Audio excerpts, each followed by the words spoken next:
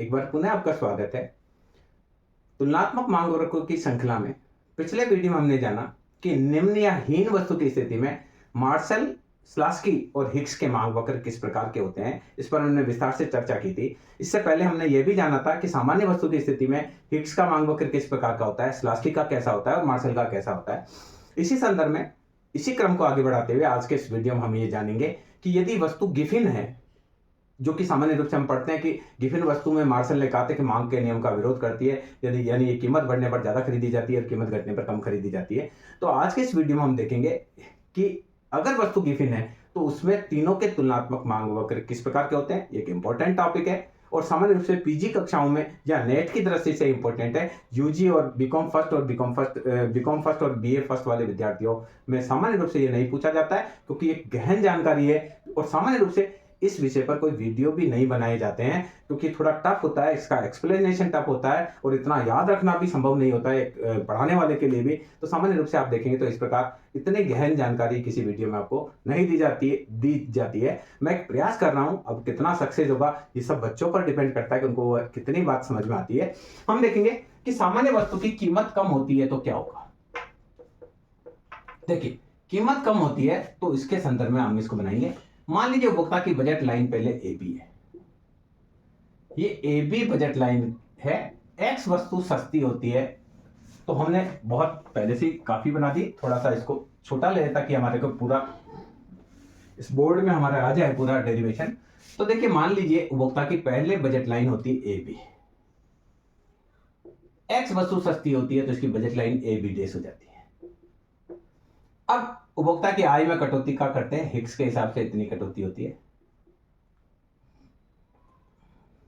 देखिए, हिग्स के हिसाब से आय में इतनी कटौती करनी चाहिए। ये देखिए, मान लीजिए उपभोक्ता पहले IC1 वक्र के P बिंदु पर संतुलन में होता है। एक्स वस्तु सस्ती होती है तो ये IC2 के R बिंदु पर चला जाता है। यानी देखिए, पहले उपभोक्ता वस्तु की ओके मात्रा खरीदता है। एक्स वस्तु सस्ती होती है तो कम लेने लग जाता है मार्शल के हिसाब से। पहले के मात्रा खरीद रहा था, अब कितनी खरीद रहा है, एम मात्रा। अब हिग्स के हिसाब से एक्स वस्तु सस्ती हुई है तो उपभोक्ता की वास्तविक आय बढ़ गई है, तो इसकी आय में इतनी कटौती करनी चाहिए कि वह वापस उसी उदासीनता वक्र पर आने के लिए मजबूर हो जाए। तो हमने A double dash B double dash आय में कटौती करी, यानी इतनी कटौती करी हमने। तो नई परिस्थिति में चूंकि एक्स वस्तु उसको सस्ती लग रही है तो वाई से पैसा निकालकर एक्स में लगाता है, ये क्यू बिंदु पर संतुलन में होता है और एक्स वस्तु की एल मात्रा खरीदना चाहता है।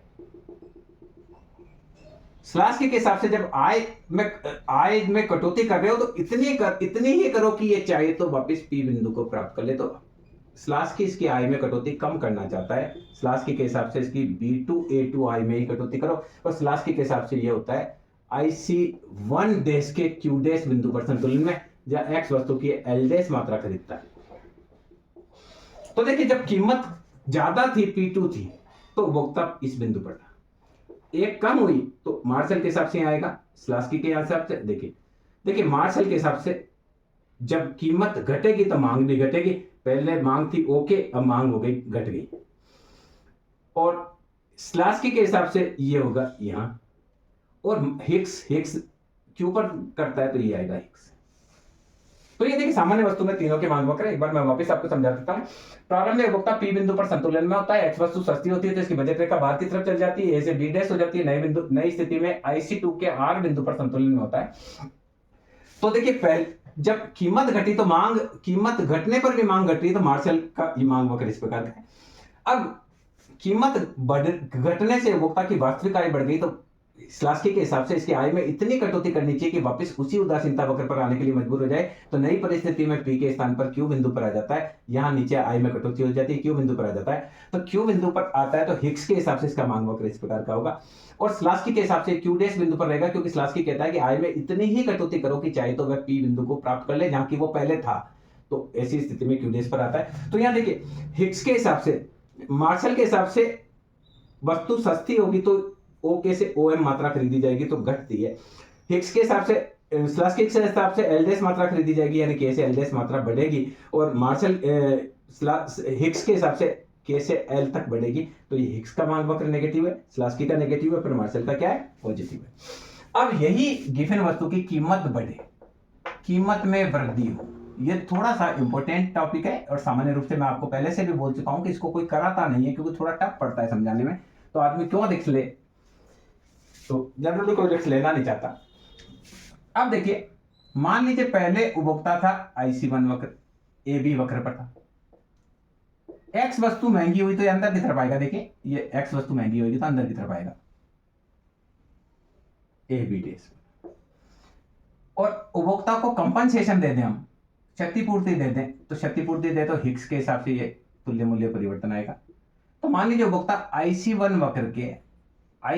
वक्र के पहले ये P बिंदु पर संतुलन में था, X वस्तु सस्ती हुई तो ये IC0 सस्ती हुई ना, X वस्तु महंगी हुई तो कम लेने लग गया, IC महंगी हुई तो ये R बिंदु पर आ गया।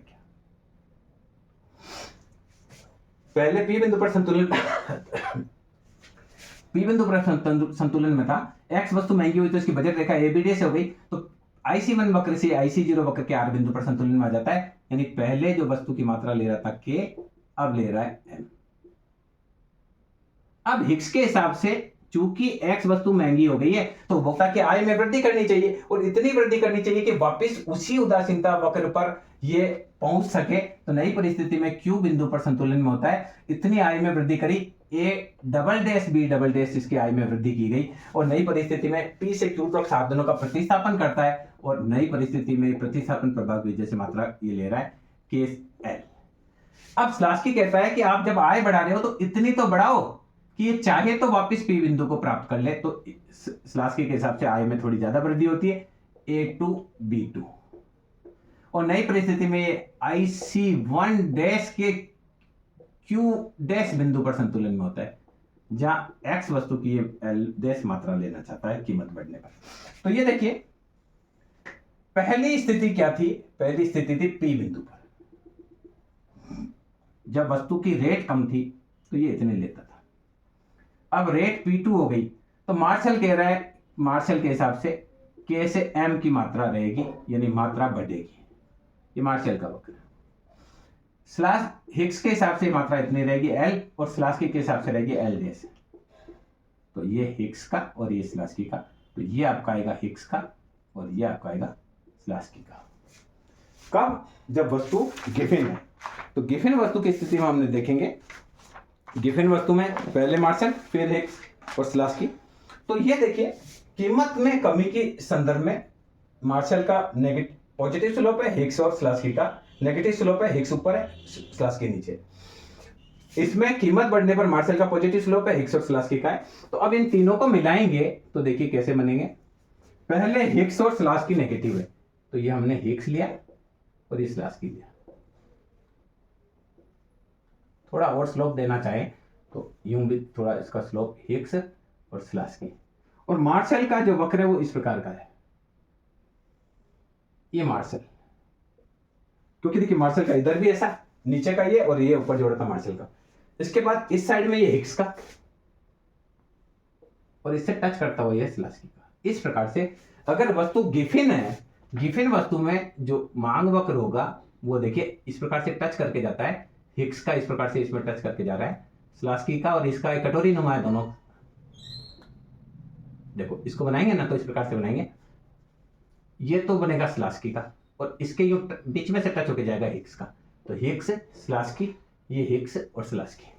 तो देखिए आप चेक कर लीजिए, मार्शल सीधा है, हिग्स और स्लास्की ऊपर पहले हिग्स बाद में स्लास्की, नीचे में यहाँ स्लास्की और हिग्स। तो इस प्रकार से अगर गिवन वस्तु होगी तो गिवन वस्तु की स्थिति में क्या होगा, मार्शल का मांग नियम ये बताता है कि ये मांग का नियम का विरोध करेगी, यानी कीमत बढ़ेगी तो मांग बढ़ेगी, कीमत घटेगी तो मांग घटेगी। यहाँ देखिए, यहाँ कीमत कम है तो मांग कम है, कीमत बढ़ रही है तो मांग बढ़ रही है। तो यहाँ मार्शल के मांग वक्र में क्या बताया गया है कि मांग वक्र गिवन वस्तु की स्थिति में बिल्कुल मांग के नियम का विरोध करता होता है, ये पॉजिटिव स्लोप वाला होता है, यानी कीमत बढ़ने पर मांग भी बढ़ती है, कीमत के घटने पर मांग भी घटती है। जबकि हिग्स और स्लास्की का जो है वो ये गिवन वस्तु के संदर्भ में इनका जो मांग वक्र है वो मार्शल के मांग वक्र से बिल्कुल अलग होता है। तो मैं समझता हूँ इस वीडियो के माध्यम से आप समझ पाए होंगे कि किस प्रकार से तीनों ही इकोनॉमिस्ट के तुलनात्मक मांग वक्र को बनाया जा सकता है, थोड़ा सा ये डेरिवेशन जो होता है वो टफ रहता है, तो आपको एक बार में अगर आपको समझ में नहीं आए तो आप 2-3 बार पढ़ें। और इस वीडियो से पहले आप तुलनात्मक मांग वक्र देखिए, कीमत कमी के संदर्भ में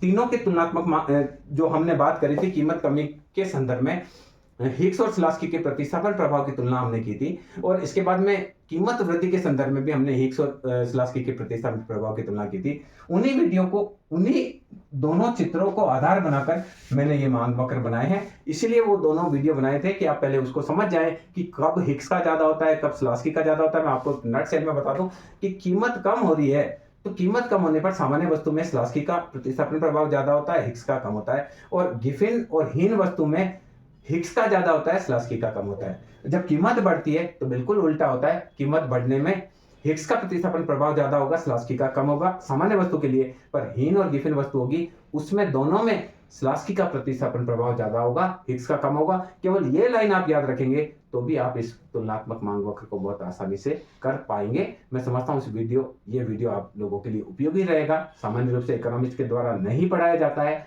मेरे द्वारा एक प्रयास किया जा रहा है। अब मैं प्रयास में कितना सफल रहता हूं ये आप मुझे कमेंट में बता सकते हैं। धन्यवाद।